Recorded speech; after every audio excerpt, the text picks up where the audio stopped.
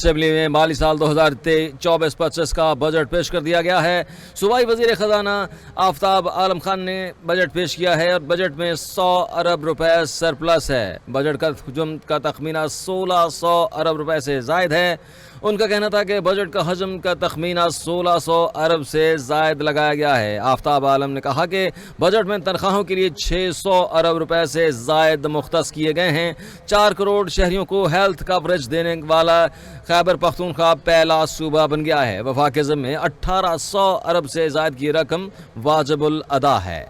حکومت میں عوام کی فلاح و بہبود اور خدمات کی فراہمی کے لیے مکمل کیے گئے چند بڑے اقدامات سے آگاہ کرتا ہوں۔ جناب اسپیکر، عوام کو سستی اور معیاری صحت کی سہولیات فراہم کرنا حکومت کا اولین فریضہ ہوتا ہے۔ اس فریضے کو خلوص دل کے ساتھ سر انجام دینے کے لیے پاکستان تحریک انصاف کی حکومت نے ایسے اقدامات اٹھائے جس سے صوبے کے عوام بالخصوص غریب طبقہ سب سے زیادہ مستفید ہوا۔ ان اقدامات میں سے کچھ کا ذکر کرنا ضروری سمجھتا ہوں۔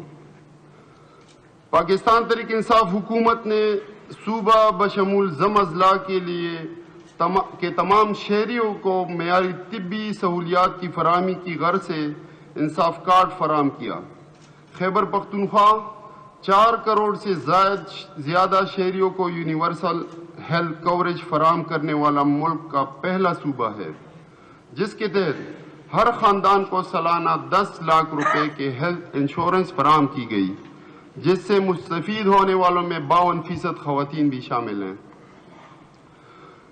ان میں ادویات کی فراہمی کے لیے بجٹ میں خاطر خواہ اضافہ کیا گیا۔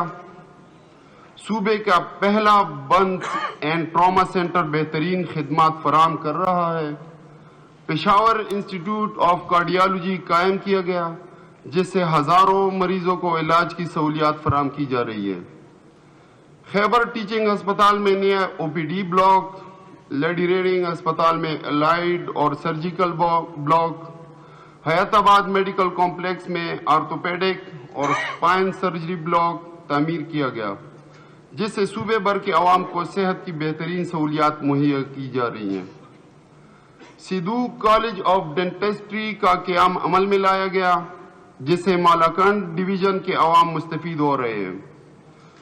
کورونا وبا کے عالمی چیلنج سے نمٹنے کے لیے حکومت خیبر پختونخوا کے اقدامات کو قومی اور بین الاقوامی سطح پر سراہا گیا، جس سے دیگر خدمات کے ساتھ ساتھ 2,13,000 سے زیادہ مریضوں کو طبی سہولیات کی فراہمی بھی شامل ہے۔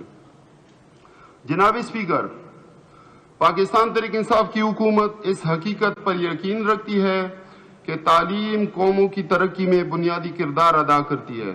یہی وجہ ہے کہ تعلیم پاکستان تحریک انصاف کے لیے اہم ترین شعبوں میں سے ایک ہے، کیونکہ ہم سمجھتے ہیں کہ سب سے بہتر سرمایہ کاری وہ ہے جو ہم اپنے بچوں کا مستقبل بہتر بنانے کے لیے کرتے ہیں۔ اس ضمن میں معزز ایوان کو تحریک انصاف کی گزشتہ 2 ادوار میں اٹھائے گئے چیدہ اقدامات سے آگاہ کرتا ہوں۔ ہزاروں نئے اسکولوں کی تعمیر کے ساتھ ساتھ کئی اسکولوں کو اپ گریڈ کیا گیا۔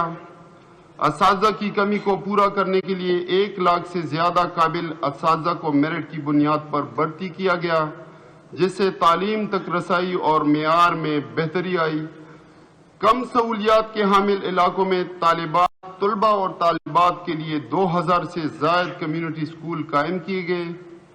سیکنڈری اسکول کے طلباء و طالبات کے لیے وظیفہ پروگرام شروع کیا گیا۔ مردان میں گرلز کیڈٹ کالج کا قیام عمل میں لایا گیا۔ 2013 سے 2022 تک 84 کالجز اور 10 یونیورسٹیاں قائم کی گئی۔ اس کے ساتھ ساتھ 76 کالجز کی اپ گریڈیشن بھی کی گئی، جس سے طلباء و طالبات کو ان کے آبائی علاقوں میں اعلیٰ تعلیم کی سہولت میسر ہو رہی ہے۔ ضم شدہ اضلاع میں کیڈٹ کالجز قیام سے دہشت گردی سے متاثرہ علاقوں کے طلباء کو اعلیٰ تعلیم کے مواقع میسر ہو رہے ہیں۔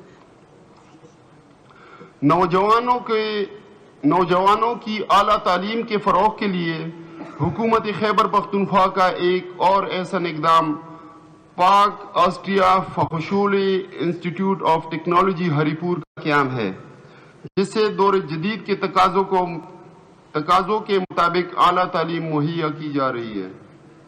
جناب اسپیکر، امن و امان اس صوبے کا سب سے بڑا مسئلہ رہا ہے۔